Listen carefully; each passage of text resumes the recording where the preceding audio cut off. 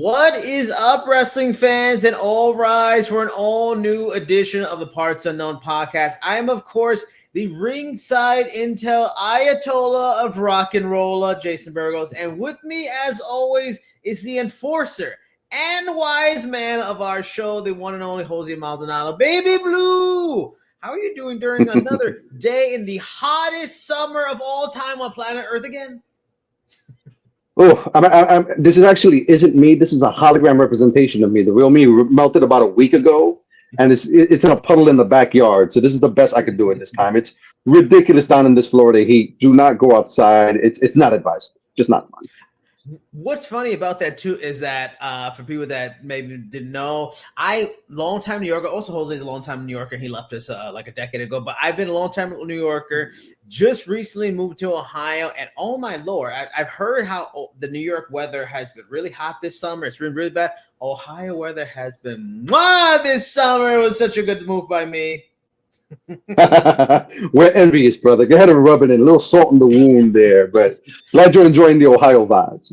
Then those Midwest temps in summer are fantastic. But that said, we got a lot to talk about in this episode of the show. Of course, we're gonna go deep into the SummerSlam predictions. That event's coming up this weekend, and I will be there with the wife and kid. I'm very excited about that. We're also going to talk to some CM Punk contract news. A lot of interesting stuff that came out about that this week, and we covered it on the site. We're also going to talk about rumors of the Hurt Business possibly being reformed, maybe going to AEW. Bobby Lashley, MVP might be going on their way there. Also, another AEW related thing, but also AEW Ring of Honor related weirdness. Tony Khan again making some weird poor decisions again, and also we're going to get a little bit into the Hardy Boys and some rumblings and the belief that they'd be very open, surprisingly, to a little run in NXT, maybe going after the NXT title. But before we get to that, let's get to the top. That's SummerSlam predictions. Fantastic card, really excited about it. A lot of fights, which is great. A lot of matches, which is a little different than some of the recent pay-per-views. Some of the recent pay-per-views have been like maybe 4 or 5 matches that didn't give them a lot of time, 30 minutes. This is a very packed card. So we're going to start with the first match. Not necessarily it's going to be a fast match. Other card, but what's the first one we're going to talk about is Sami Zayn versus Braun Breaker for the Intercontinental Championship. They had a really cool match at Money in the Bank. Was surprised Braun Breaker didn't win that one, but maybe just a little bit of paying dues. Let Sami get one more last win before maybe the end of his title run comes. And I am fairly confident, and the betting odds recently that came out is that Braun Breaker's going to win. He's a pretty strong favorite. Could you give any reason why Braun Breaker does not win this match at SummerSlam? Not any good ones. I'm totally with you, man. Like, especially with, Sammy's win and Money in the Bank, it really did feel like paying dues and, giving him at least one memorable win in this title reign. But it's Braun's time. He's the future. It makes all the sense in the world. And it's to the point where if he loses this, it could cause irreparable damage to that momentum. So it makes all the sense in the world to just crown him, make him the monster that he's looking to be. And, the sky's the limit in terms of a reign. You know what I mean? A long reign would not be out of the cards for him. It would make all the sense in the world. Dude has all the tools. He's made a great impact since he's debuted on the main roster. The crowd is behind them. It makes all the sense on their second biggest stage of the year, basically right behind WrestleMania, to go ahead and crown him, strap the rocket to him, and see how far he can take it. So yeah, Braun all the way on this one. Anything other than that would be a real big mistake at this point, and I think even Sami would see that.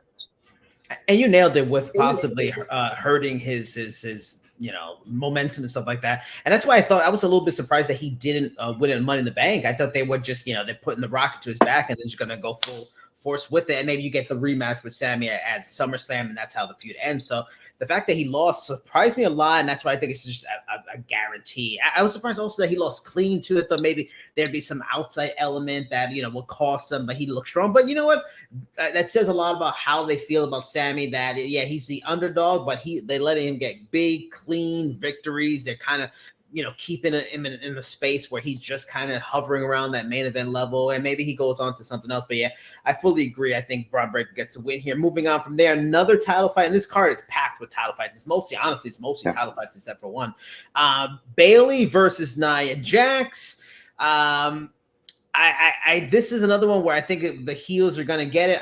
I mean, I can see it going either way, but I just think Nia Jax, in her second run, she had such a questionable reputation with the fans just because there was this belief that she would hurt her fellow wrestlers and her fellow employees in matches and all this kind of stuff. But the second time around, Nia Jax in better shape, even better wrestler, better performer. Honestly, as much as Bayley earned her title win at WrestleMania, I think Nia Jax has earned this win at SummerSlam and to really cap off her run recently that started with Queen of the Ring, and I just to set up the biggest, baddest heel on the women's side of the division. What are your thoughts on this one? Yeah, I'm totally with you, and that's crazy to say. Ask any wrestling fan a couple of years ago. If we'd be in a Nia Jax renaissance, but here we are. You know what I mean? She's been a fantastic addition to this roster. And a fantastic character, which is a bit of a surprise too. Like her being Queen of the Ring was so the right choice, and she's been tremendous with it, throwing her weight around, like the dominant matriarch of the SmackDown brand, that kind of thing. So it's been really fun to see. And although Bayley, is beloved and has been doing great with the title, a title win seems like the right move here for a lot of reasons, not least of which what that would set up with the X factor in this whole scenario, which I think is Tiffany Stratton. Her having the Money in the Bank briefcase and her kind of siding with Nia over the last, few weeks or so, that kind of thing, like the interplay that they've had, in the past, sets up a nice little dynamic between the two to where it's like, can Nia actually trust Tiffany and vice versa? And, it'd be a lot of fun to interplay them before that, between that, with Tiffany potentially cashing in on Nia's title reign. So, yeah, I think that's a hell of a lot of fun. And way too good to pass up. And Nia's really paid her dues, and her getting a title run for no matter how long it may be, it makes a lot of sense, and I'd like to see it.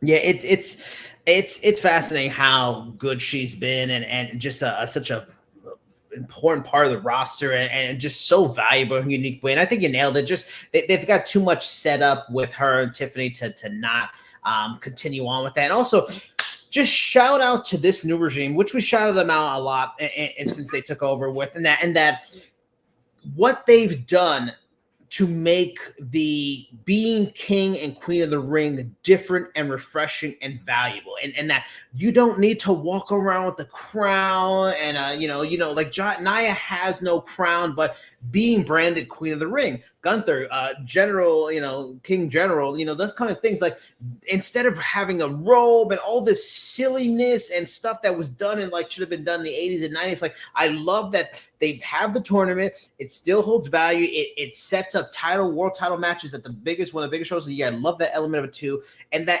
you don't have to gimmick it up. It's almost like, winning the play-in tournament, or winning a season tournament in college basketball, or those kind of elements, like home run derby champ. It's like a cool 3-point title winner, slam dunk competition, like a cool achievement during the season that matters, but even more so in this. And I love that it did that. So yeah, I agree. I just want to mention that too. Moving on from there, we're in agreement so far. LA Knight versus Logan Paul for United States Championship. This is an interesting one, and I'm very interested to see how it is on Friday night. What is the reaction? Because this is Logan Paul City. He's coming back home, and we all know as wrestling fans, even if you're a hated bad guy, coming home makes you a babyface. And that's going to be a really weird but fun dynamic if he's cheered and LA Knight's the bad guy. How do they play that? It makes it a lot easier. It's going to be even more so. SummerSlam, you got a stadium, as a whole stadium going, Logan. And that way, it puts him in a weird spot, because do you have the hometown guy lose in a stadium? But do you have LA Knight not get this crowning achievement of winning a title in such a big match? Like, he's so overdue for a title. How do you see this one going? Yeah, this is an interesting one, and maybe I'm actually expecting title change city at SummerSlam. You know what I mean? Yeah. We talked about the first two matches, and I honestly think I think LA Knight's going to take it here. It's weird because Logan brings a lot of eyes to the product. Like you said, he's a hometown hero. It may turn the crowd, but if there's anybody that can keep that from happening, it is LA Knight.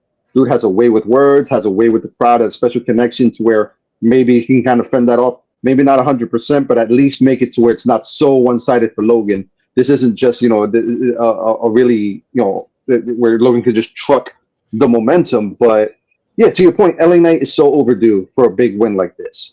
And I think what the breaking point for me was that Logan got a big win at Mania.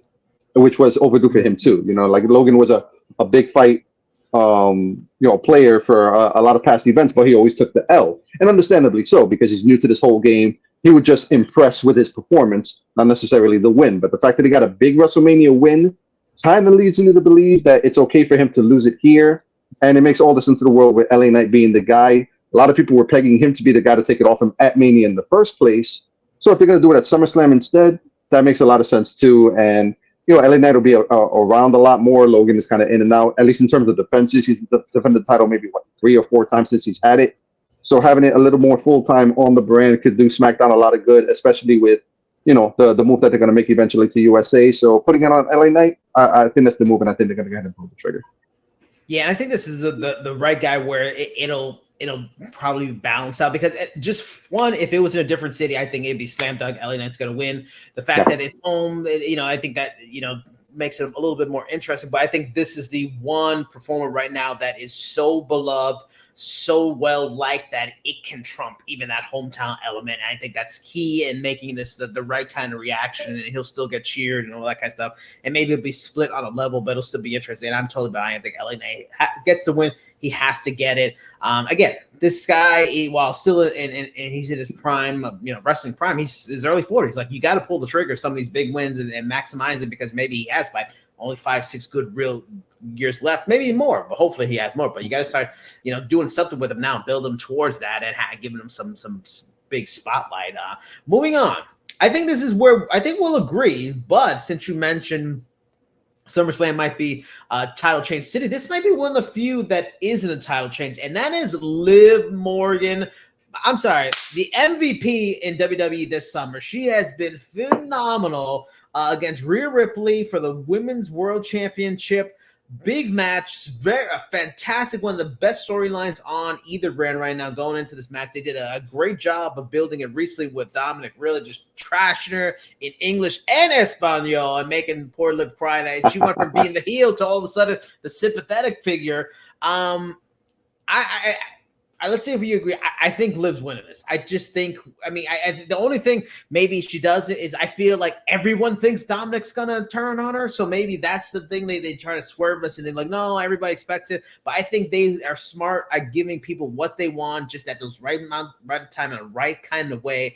And I think it's just fitting that a big swerve, a Dominic swerve, because Rhea can come back, win this, that'd be fair, but Liv has been so good, and then what's the payoff? All this work for her to try to woo him, and he just shuts her down. Rhea comes and beats her, and then she's just pushed aside. I just don't think that's worth it for all involved, especially Liv. I'm picking Liv here. I'm sure there'll be some interference, and that'll be one of the most fun things on the show. Very much looking forward to that match on August 3rd. What is your pick for this one? Believing that Liv could beat Rhea at SummerSlam would have been unthinkable even a few weeks ago. Yeah. But as crazy as it sounds, I'm with you on this one, man. Liv has been tremendous, and this story is way too much fun to just put out to pasture now. Yep. There's still so much that they can do with it, and Rhea's the type of performer that honestly doesn't necessarily need the title, and she has plenty of time to run with it. Her first title reign, one of the big complaints was that she was so over and so dominant that it wasn't really elevating the rest of the women on the roster, because nobody could really get to her level. Now Liv has, with her character work, the storyline, it makes all the sense to at least let her have it a little bit longer. And there's so many threads, so many ways that they could do it, to your point. Dominic's going to get involved at some point. And will it be, does he turn on Rhea to help out Liv? Was that all a swerve? Does he attempt to help Rhea and accidentally help Liv win, kind of driving a rift between him and Rhea? There's so many things that they could do with this. It's way too much fun. And the fact that Liv would be able to throw that victory in Rhea's face for the foreseeable future would just be so much more for her character as well. She's been tremendous. Liv is a ton of fun. So why kill that fun right now? I think if she hadn't been able to carry the ball when it was handed to her, things would be different. But she has exceeded all expectations. She's, stepped her game up in the ring, stepped up her character work. There's this new wrinkle where her being the scorned lover, basically. So how does she react to that? Does that make her a little more vicious in the squared circle? It's a lot to see here. So I don't think that there's way too much gas left in the tank to cut this story short and give it to Rhea. So yeah, I think Liv retains. Rhea is just an elite performer at this point in the women's division. And I think a perfect example is The Rock, his success, and this is on purpose for him a lot, was he was a big believer in the babyface should be chasing. And that would be a perfect situation, one for Rhea, but also for Liv to be the schmucky bad guy, evil bad guy that keeps getting the upper hand. Rhea's the absolute beast. That's a perfect kind of performer to be on the chase. And then also, I'm going to throw this in there just to add in the topic. If maybe they say, you know what, too many people are going to expect Dominic to screw Rhea here. Maybe they've been also laying these breadcrumbs, but maybe it's Finn. We've seen this kind of a divide with Finn and Rhea recently. Now she's come back. Finn and Damian. Finn. Oh, we also maybe took the hotel room card. Maybe that's how they swerve it. It's not Dominic that screws her. Maybe it's Finn here, and that Finn really puts his cards on the table on where he wants to go forward, and that eventual maybe split of Judgment Day that we've even talked about. But speaking of Judgment Day, another top performer from the faction is in a major match, and this one's a tough one for me. I really don't know. And that's Damian Priest versus Gunther for the World Heavyweight title. I'll let you take this one to start. How do you see this one playing out? Honestly, as crazy as it sounds, I think Damian retains here. And I think it's because a lot of the shenanigans that you were talking about. Yeah, like Gunther winning would be the obvious choice for a lot of reasons due to super dominant. I think that and it may not even necessarily be a scenario of like I'm not sure. I don't think there's a no DQ here, so maybe there's a disqualification. You don't want that in a pay-per-view. But I think Damian, keeps the title at least for now. Putting it on Gunther, where does he go from there? You know what I mean? Like I'm sure they could set up some feuds and things like that, and like maybe Cena down the pike. You know what I mean? That would be fun. But to your point, Finn's involvement is what throws a wrinkle in all of this, and I think Finn and Damian for the title down the road makes a lot of sense. So that's why I think that Damian's going to keep the belt here. It's like, the Judgment Day is one of the hottest acts on Raw right now. Yeah, I was going to say the hottest, but there's a lot of the Wyatt Six has been stepping up and everything like that. But Damian, this seems like a thank you reign, but like Liv, he has stepped up to the plate and knocked it out with the belt. You know what I mean? Like his character work week in and week out. Everything with the Judgment Day has been a lot of fun. Like Carlito's involvement has been a hoot. But I think Damian finds a way to keep the belt here, and the tension between him and Finn, I think that'll be the focus going forward. And Gunther will be just fine.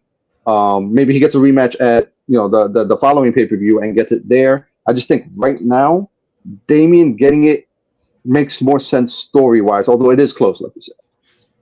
Yeah, I really can go either way with it. This will be the first one where we differ. I really do feel it's going to be Gunther. I just think they have been heading this direction. He's one of their top performers that they're really big behind. Triple H has been a big fan for a long time. I think especially because there's this Bash of the Berlin event looming in the background. Bash in Berlin wasn't there for the next card, and it was, Bash in Berlin was like 4 or 5 months down the road. I can't see he's not German, but he's Austrian, which is like right there. They're next to each other. So it's almost like the same thing. So I can't see him being on that card and not in a major role. Maybe Damian gets the win here and they do the rematch of Bash Berlin, and that's where the title change happens. That could be conceivable, and it makes sense. He gets his hometown win, but that looming that's only a few weeks away too.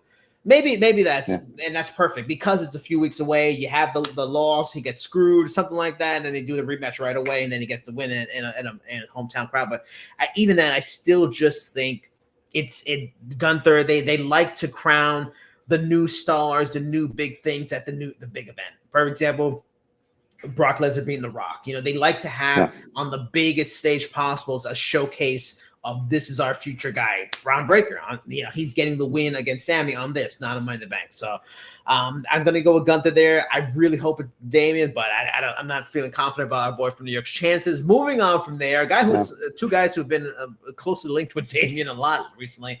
And this is maybe the most highly anticipated match of the card. It may not be a show steal. It may not be the best match, but it's just been one of the best stories right up there with some of the stuff that's going on with the Bloodline. That is CM Punk versus Drew McIntyre with guest referee Seth Rollins. And if Seth does not come out with some weird glitter referee shirt, I'm going to be disappointed. If he comes out with just something else, or he just comes out with a regular referee shirt with the sleeves cut off, I'm going to be very disappointed. He's got a few weeks to prepare for this. Give me something gaudy and absurd in a referee outfit, please, Seth. That'll just be perfect, and I'm hoping for that. But you can take this one too to start. What are your feelings on this? The early betting lines, I think a Drew is a slight favorite of some of the betting odds right now. How do you feel about this? Who's going to get this? Because this is not going to end here. This feud is not ending here. Who gets? Oh no, not in the least. This thing is just getting started. Yeah, and if Seth does not wear the most outlandish referee outfit in the history of WWE, what are we even doing here? You know what I mean? Why even assign him to the task? But oh my God, this match, it's crazy because this is the only non-title match on the main card, and this is the most anticipated match. This has been brewing ever since, Royal Rumble, and basically since Punk has come back. You know what I mean? Like, Drew has made it a point to make Punk's life a living hell and vice versa. So it's finally coming to a head. They're going to get to it in the ring. And if I had to pick a winner, honestly, here for this first one, I'm picking Punk just for the simple fact that it would drive Drew so insane that the feud just picks up even more steam from here. Like, Drew has been talking so much about how he's going to wreck Punk, hating on him at every given moment. And for Punk to pull out the W here, I think Drew would not be able to cope with that at all. I think Drew eventually wins the feud, and that's what makes the most sense. You know what I mean? Like, Punk doesn't really need it. Drew doesn't necessarily need it either, but of the two, Drew would benefit the most from winning the feud. But to your point, this is just getting started, and I think the first step in the physical part of the feud goes to Punk for the reason that Drew would be so insufferable to dealing with that defeat that it escalates. And, Seth has to play a role in this at some point. I'm sure, calling it down the middle, there's this and that, but at some point he's going to get involved. What that ends up being, I'm not sure what that'll be, but I think for this first chapter at least, Punk winning makes the more sense for the storyline. It'll be the most fun, and we'll see where they take it from there. We're going to disagree again, back to back. I feel it's all the flip side, and part of why I feel this way is something we're going to talk about, a topic come up, and that's CM Punk's contract situation, which I think is interesting, and the value they see in him and maximizing that value. So honestly, I think it's going to be the reverse. And I think also Seth Rollins' inclusion in this match, to me, almost guarantees Drew's going to win. Drew has to kind of get quicker payback, because what Punk has done to him has been far worse. Like, he's cost him the title, 2-3 times now? Like, in WrestleMania, then at home, and then when he cashed in the Money in the Bank. So 3 times he's cost this man the title. I think there has to be repercussions for that. And also, I feel Punk is going to be the long-term winner. He's going to lose here. Seth's going to cost it to him, because in the end, we have to assume at this point they're working towards Seth and Punk at WrestleMania, or a big event coming up. So this is where that starts a little bit. Maybe they get physical in the match, stuff like that. So they're going to start setting that up in this, and while also getting Drew a win that he probably could use, something like that. He gets the first one. The first one's always a big one, and then Punk will get the next one in like some kind of gimmick match, dog collar match, or something like that, something fun. But I'm going with Punk here. I'm going with Punk getting the loss here, which would be disappointing, because I'm getting to see it, and I will be wearing my Punk shirt, and I'm going to be disappointed to see him lost. But of course, my wife will be thrilled, because she's just a hater, so she'll probably be happy. That's joining the hater game. Moving on to the last match, which I would assume probably going to be the main event, and that is Cody Rhodes versus Solo Sikoa for the undisputed WWE Championship. 2 questions in one. One, who is your pick for this match? I think we'll probably agree. And does Roman Reigns have any role in this decision or the match, or any involvement at all? Yeah, I think this is the one case where the obvious scenario seems, almost assured. Cody retains because Roman Reigns returns. Like, I really think, well, not necessarily because. Let's not, discount Cody just getting the win here. It might be a case of he gets the win, Solo and his bloodline start beating them down, and then we get the big return of Roman. That scenario seems like it would play out tremendously. But yeah, I don't think there's a scenario here where Cody loses the belt to Solo. That feud does not need the belt, and it's way too soon to take it off of Cody. He's been tremendous in the role. A white meat babyface that has not gotten the crowd turned on him at this point. is super rare in this day and age. So they need to ride that pony as long as it'll take them. But yeah, no, I don't think anybody would be mad at that scenario. Cody retaining, and we get the first step in Roman's return, setting up that storyline with the bloodline. It's going to be tremendous. We've talked about how one of the biggest reactions that everyone is waiting for is Roman's return. And I think we're going to get it at SummerSlam, the huge crowd, all eyes on the product. You know, the fall schedule is on the horizon, so having Roman involved makes total sense. Yeah, I think that's, you know, it's the obvious choice, but not the wrong one by any means. Yeah, I mean, we've talked about it, like the white hot reaction that's gonna happen when it comes out, and I'm excited that I will be there for that. I can't wait to hear my eardrums explode. But I feel the same way. I my early thought was, okay, yeah, it makes sense traditionally how a WWE booking has been done for Roman to, you know, cost Solo the win. But then I thought about it, I was like, you know what? We're in a time where we have some really talented people that are booking these things, and in the end, Roman helping Cody doesn't make sense. Character-wise, I don't think he would do that. Right. But I think you nailed it. That's where I would go. Cody gets the clean win, which he needs to get because he's been kind of on the lesser end of this feud to help make it this new version of the bloodline seem more devious and fearsome. But he's going to get that clean win. And he gets jumped. The bitter, sore losers, they're jumping him. And that's where he's like, you know, Roman, it makes sense for him to come and like, okay, enough's enough. I've had enough of this. I'm not going to help Cody. And also, I mean, there's got to be a Roman Cody rematch at some point. Maybe it does happen this year. Maybe that's set up. That furthers the storyline that Solo screws Roman out of winning the title, and that continues that and stuff like that. But yeah, I think of every match on this card, that's probably the most predictable.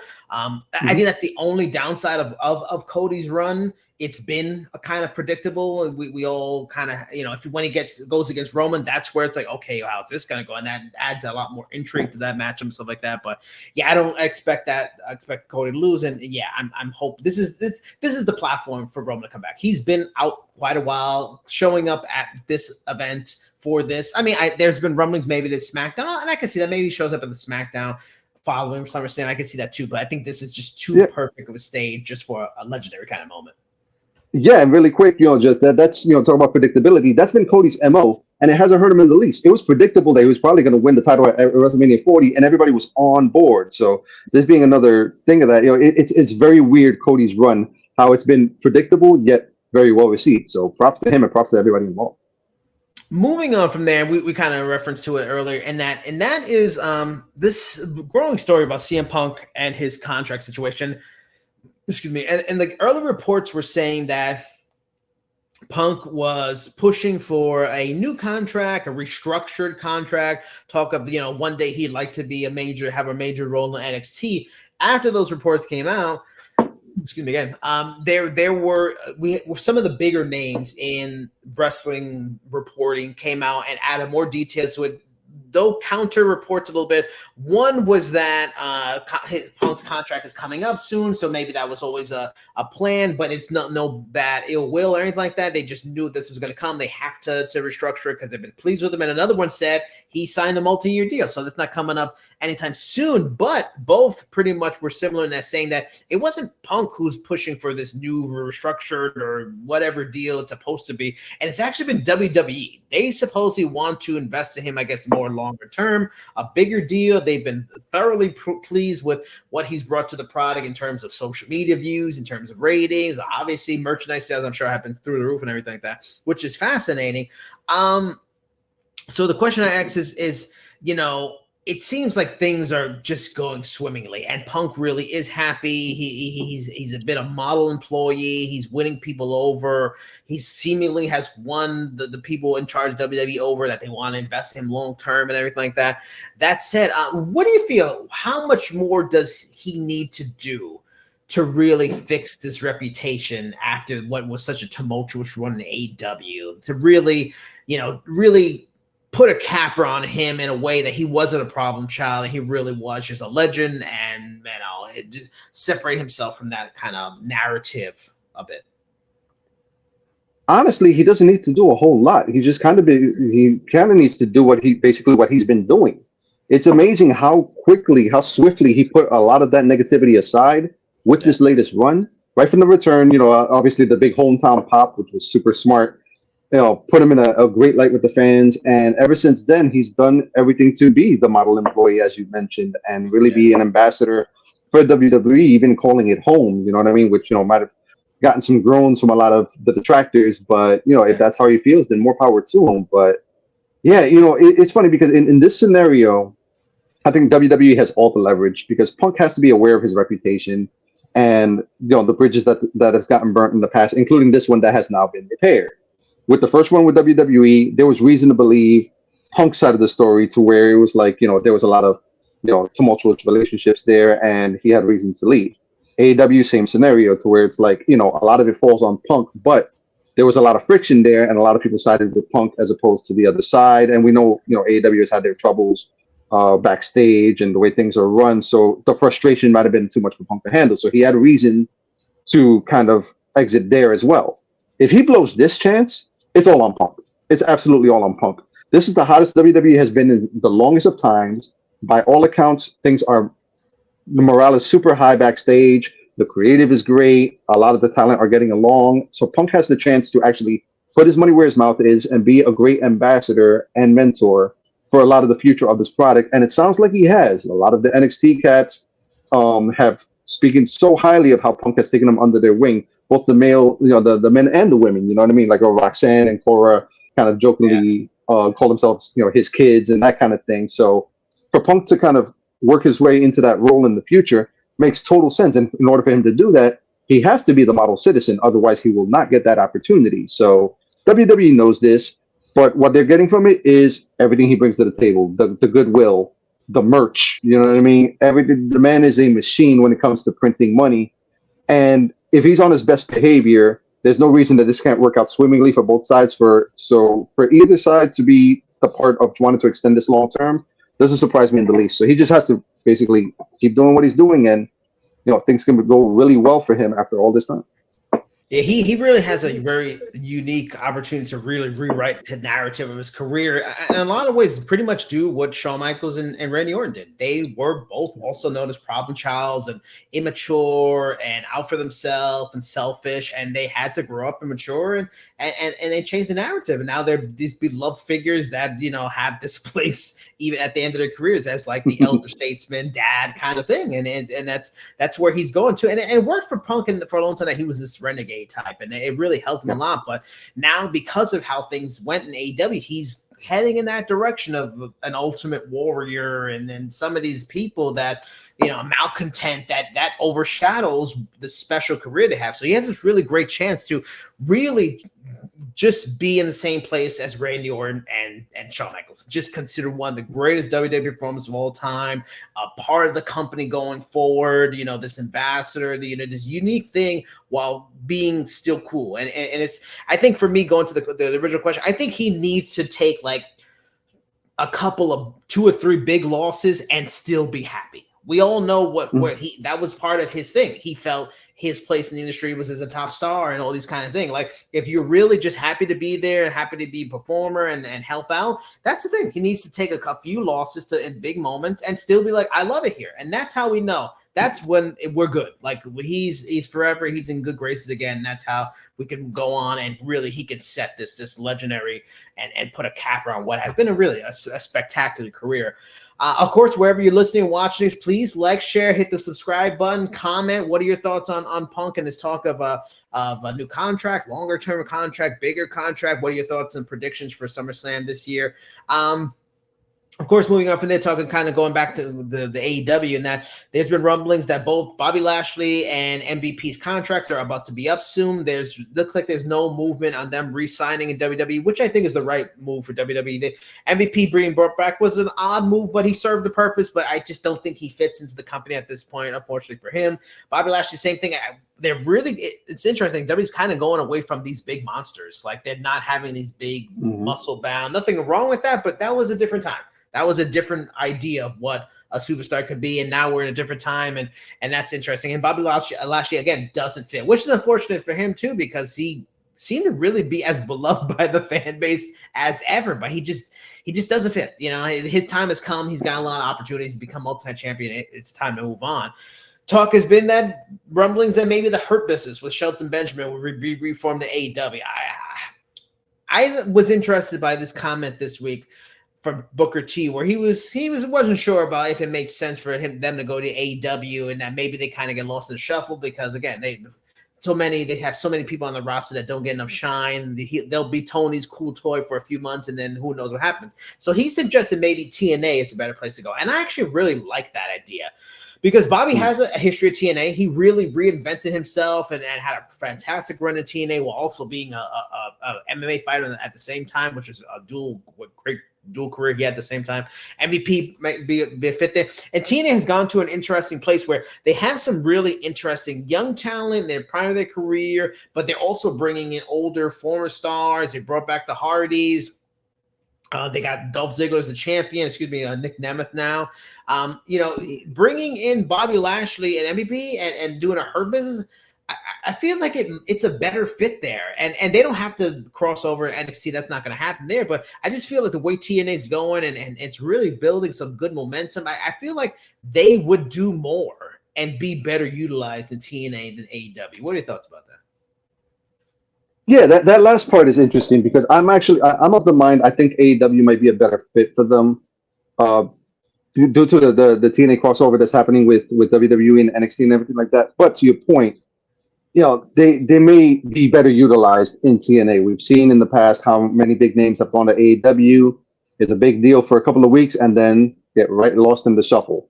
The same might happen with the Hurt Business with MVP and Lashley and everything like that. And Lashley is still in phenomenal shape, can still absolutely go in the ring, but the dude's in his late 40s right now. So it's like, that has to play a factor in terms of who they're going to showcase. So the thing with TNA is that I'm liking this era of TNA to where they're crossing over, and we're seeing a lot of new names that we normally wouldn't have seen in WWE crossing over. We've seen how Joe Hendry has been a phenomenon since he has crossed over to NXT. I'm still waiting for the day that Moose shows up. I think that would be terrific. Jordan Grace, her time with NXT has been tremendous. I think that's the strength that lies with TNA. Like even somebody with Nick Nemeth, I think makes more sense in a crossover than a Bobby Lashley would. Like Bobby Lashley going from main roster superstar to TNA crossing over to NXT doesn't really click with me. With Nick Nemeth, I think it makes a little more sense because prior to him leaving WWE, he had already done that with NXT, and he was a tremendous little transitional NXT champion, but that makes a little more sense, and I like that vibe for TNA. I think bringing in Lashley and MVP into that fold kind of throws off that dynamic of what it could be. So that's maybe the reason why I'm leaning a little more towards Lashley and MVP and Shelton. I'd rather see them in AEW to where whether they get lost in the shuffle or not, they will get showcased for better or for worse. If anybody wants to see them on a big stage, that's AEW's biggest stage, whether it's Dynamite or Collision. They can make some waves there to be some good matches. Maybe get involved with Swerve, with Hangman. I think there's a little more interest for me personally in seeing Lashley and MVP go to AEW in this scenario than the team. Those are all fair points. I think really AEW should not sign them, and just because it continues to go on this problem of relying on older WWE guys. This was supposed to be the Renegade promotion with the new faces and giving the opportunities to guys that weren't getting opportunities. And now you're going to go bring in another set of WWE names that are all older, late 40s. I think maybe MVP's early 50s. Like, you got too much of that already. Like, I just feel like, and for TNA, like that's been a recent development to bring in some of these names because they're doing it to just improve the roster and stuff like that. So I think it's fit, but it's interesting. And also, just quick thoughts. We don't want to go into too much that depth, but thoughts on these rumors. Motor City Machine Guns head to WWE. Ooh, I like that. Yeah, they've been a favorite of mine for a long time. I loved them in their TNA days. Whenever they would show up in New Japan as well, sporadically. I think they're a fantastic talent and deserve a shot at the big stage. So no time like the present. This is probably going to be their last big run. So them taking a shot, whether it's in NXT or the main roster, love to see it for those guys. And I think they'll be tremendous in the tag division. Yeah, I'm excited to see them too. I mean, we'll continue on this, the TNA talk and tag team talk, and that Hardy Boys are back in TNA. They have a strong, great history there. And they were recently asked about the idea because they're doing this TNA and NXT crossover. Would they be interested? Because the assumption would be, oh, if there's ever a crossover, they go to the main roster. But it's NXT and TNA, not TNA main roster. So they were asking, would they be interested in? Which is a good question. They may be like, no, we've been these big stars, and NXT's kind of developmental. That doesn't feel like a right fit for us. Kind of like what Dolph Ziggler felt. He already been there. He wasn't too interested in doing that again. But because they're interesting guys, they seem very open to the idea. Just that it would be another trophy on the mantle if they can get the NXT tag titles. What are your thoughts about this? Is this probably the better direction to go for all involved and say WWE run again at this point? Is it beneficial for this TNA WWE NXT relationship? Is it just cool for NXT to see the Hardy Boys in there? And is also just to see the Hardy Boys just add another title to what has been a legendary run in their career? Yeah, I'm going to sound like a total hypocrite right now because I just spoke about how I want Lashley and MVP to end up in AEW because I don't see them, being fitting into the TNA mold. But in this case, yeah, I think this is the best scenario for all parties involved. I think the Hardys would be a good fit in TNA. Wouldn't be their first run there. A lot of history there, especially for Matt. That's kind of where he, established himself as a top star with his broken gimmick. So the Hardys in TNA make a little more sense to me, probably for the fact that I still see Lashley, seeing himself anyway, as a top level star, and I don't see the same thing for the Hardys. I think the Hardys at this point won't be world title material more than maybe tag team material or like that kind of thing. They'll be kind of a draw within themselves, and seeing them cross over to NXT would be fun because that's something that they haven't done in the past. And there's a lot of interactions that would be fun for them. You know what I mean? And them in the mentorship role would be great as well for them. Yeah, and that's the best case scenario in WWE's case, having the Hardys backdoor themselves into WWE as opposed to being part of the main roster because of the baggage involved. They've time and time again given chances to Jeff Hardy, and he unfortunately hasn't been able to keep himself out of trouble. Same thing happened with AEW. So I think best case scenario, TNA gives them a shot. They benefit from having them on the roster, and a little Hardy interplay with the NXT roster or whatever the case may be makes the most sense and would be the most fun at this point in their career. And I think I just feel oddly enough, if they be on the WWE main roster, they would. It's cool and it's nostalgic, and they just feel old. Now that could easily be the case too in NXT with these younger superstars. Without doubt, they very much can feel and look old. But then again, they just feel larger than life too. These are just absolutely one of the greatest tags of all time. Jeff Hardy's a multi-time WWE champion. Like them being on an NXT is even more impactful than when like Dolph Ziggler went there. It's kind of like when Finn went back. Like that's like a big deal. And like this is even more so with Crow. So I think it just feels even larger than life. So it just benefits everybody in that way than the main roster. Again, wherever you're watching, you're listening to this, please like, share, hit the subscribe button, comment what you think of the idea of the Hardy Boys possibly becoming getting involved in NXT title, tag team title hunt. Moving on to our last topic. As we all know, big fan Tony Khan and his decision-making. He revealed after the recent Ring of Honor event that they did this week that he's pondering the idea of rebranding Ring of Honor to AEW Ring of Honor. I know all about Ring of Honor. I can't say I'm a person that follows it closely, but I know the historical value of that brand. You are the wise man of the show, the pro wrestling connoisseur on multiple levels. What are your thoughts on Ring of Honor, which this feels like a death march to me, another step in the death march, possibly being called AEW Ring of Honor? Strike up the band, because this is absolutely a death march for Ring of Honor, and it's so unfortunate to hear. Listen, we talked about Punk a little bit earlier and his reputation and stuff like that. He's partly to blame for this because if reports are to be believed, he was in Tony Khan's ear to purchase Ring of Honor when they came for sale, just to keep them out of WWE's hands, to be able to, purchase the rights to the video library and everything and keep it alive, were, I guess, some of the words that he was known to be saying. And now we have this scenario to where it's like Ring of Honor is going to die a slow, brutal death at the hands of AEW, where even if they were to go away and wouldn't be utilized, having the video library with WWE alongside the ECW library the WCW library, and all the other things involved would be much more beneficial to the legacy of Ring of Honor than whatever this ends up being. Because if they're just going to be AEW Ring of Honor, that's a total disrespect to everything that came before it. Because Ring of Honor was arguably the number 2 brand in this company, in this country, excuse me, whether you're a fan of them or TNA, throughout the early and the 2000s and the 2010s. You know what I mean? They established themselves with the reputation of having tremendous matches, bringing in Japanese talent to kind of bring that style in. There was so much to Ring of Honor that separated themselves from everything else. And now here they are as kind of a feeder system to AEW. Would be such a drag for them to end up that way. Not to mention that, I mean, I guess we'll see what the TV rights deals bring for AEW, but if there's no streaming service for them or any kind of streaming presence, that Ring of Honor library is nowhere. It's absolutely nowhere right now. You know what I mean? They have nowhere to showcase it. Anybody who wants to see the best of like Bryan Danielson, Seth Rollins before he became, he was Tyler Black. You know what I mean? Even CM Punk himself. If you want to see how they came up and became the legends that they are, Ring of Honor is the place to see it. And right now you really can't.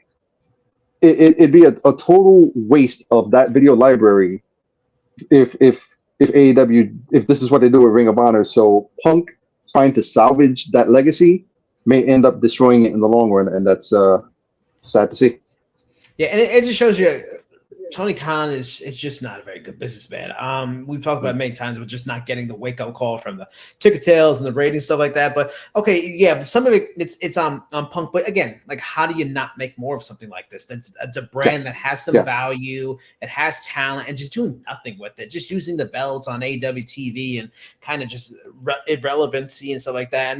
And it just further goes to just like Tony's delusional. Like the idea he had was that by having it dubbed AEW ROH, it increases the relevancy. It helps it grow, as if the AEW brand is just so strong. Like, what are you talking about? Like, if you would have said this in 2019, 2020, 2021, I'm like, all right, you got a point. Like, the company's doing well. They're packing in houses. They got CM Punk now. They got Bryan Danielson.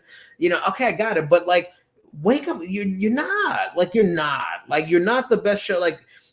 Like why he just feels so strongly that the product is as good as ever that I need to connect it with it. It's just and not even that. Even if it was a strong, the idea was when it was strong. It's like it's an established brand. Like it's like if when WWE brought WCW, they called it WWE WCW. Like, it doesn't make any sense. Or you NWA got sold, AEW NWA. Like, no, this is an established thing. Make something of it. Like, that's what business is about. You take something that has some notoriety and you reinvent it, you put a new polish on it, and then you use that value and get new fans, and then you go off to the races.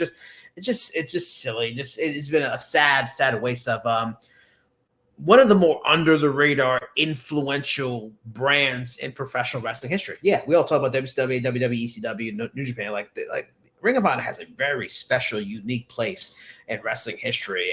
And again, like, if it was sold to WWE, I would feel they would do a better job of it, showcasing that and documentaries and everything. Like, well, what are they going to do on Max? Like unless you look for it, it's going to be like something you never find unless you look for it anyway. Yeah, it's such a waste of that library. And yeah, to your point, like, just a simple documentary highlighting the importance of Ring of Honor would go a long way. WWE is fantastic with that kind of stuff. AEW has shown that they're not particularly their strength. A lot of the specials are kind of non-existent because they have no presence outside of their TV, their TV shows. So maybe that'll change when they get streaming, whether it's on Max or whatever the case. But to your point, if they're just throwing the footage on Max for fans to find, that's not any better than what the alternative would be. So this does not seem like a good scenario for Ring of Honor in the least. And very much to your point, them throwing AEW in front of it like it's the kind of the brand to put eyes on it. Nah, I'm sorry, they're not at Ring of Honor's level to Ring of Honor at their peak. You know what I mean? And fans are starting to really get tired of AEW's kind of vibe now. You know what I mean? Like, it's very different. Like, they just had one of their biggest events with Blood and Guts the other night, And some fans were talking about it, but for a lot of the wrong reasons. You know what I mean? They were talking about the headshot to Jack Perry and things like that. Not necessarily what a spectacle it was. And that's crazy to think that in such a short time, AEW has lost a lot of that buzz because WWE has picked up their game. And so Ring of Honor being just thrown as another brand of AEW does nothing for them. And yeah, to your point, I think Tony Khan is overvaluing what AEW means to fans. They'd rather see Ring of Honor propped up, even if it's just the past, in some regard, better than just, you know, what Frankenstein they are now. Like, you know, give them Collision or something. You know what I mean? Like, you know, just do something better with Ring of Honor than just make it AEW Ring of Honor. That does nothing, and they're just wasting that property. Yeah, Ring of Honor was on instead of what's this trash that's a Rampage. Like, who needs Rampage? Oh God, yes.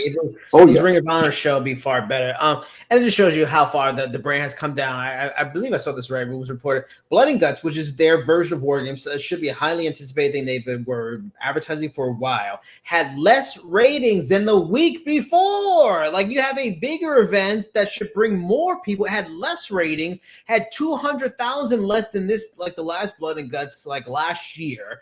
And there was no NHL playoffs, no NBA playoffs, nothing. The Olympics weren't on that yet. They just started on Friday. So it just ridiculous. There's no excuses. They are ice cold at this point, and something needs to be done, and it needs to start with Tony.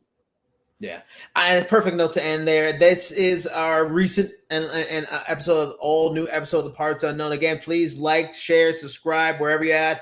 As always, I am Jason Burgos. He is Jose Maldonado. Until next time, bye-bye.